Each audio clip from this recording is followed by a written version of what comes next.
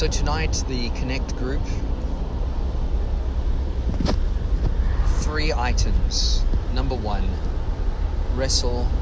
They are wrestling with God, all of them. They're all wrestling. Human beings are all wrestling. Everyone knows God. Now, whether they want to acknowledge Him or not, that's another story. We all have God within us. We were made in God's image.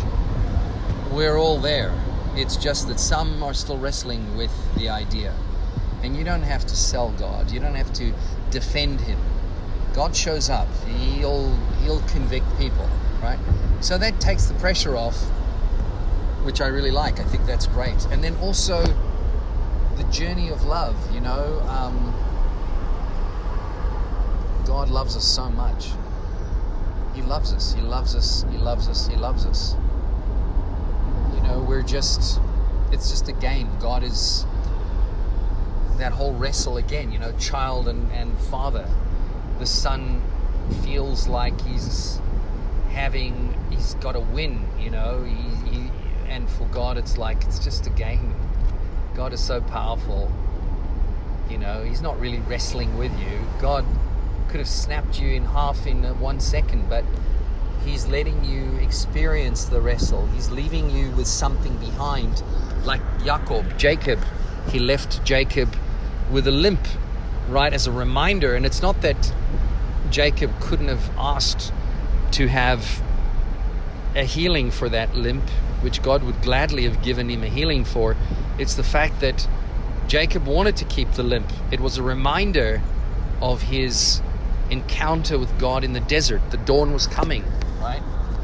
It was a reminder of that encounter, that whenever things are rough, whenever it's scary, whenever it looks like you don't know how you're going to face your Esau, God is there. He'll deal with it for you. He'll handle it, right? That wrestle with God is the wrestle that Israel has with God right now in the world. It's the same battle, right? Esau went on to start the Canaanites, be the father of the Canaanites family. And that's what's happened here, is that Israel is still experiencing that wrestle with God. He hasn't quite let God do what God does and defeat the enemies, Esau. And God loves everybody. He loves Esau's family as well.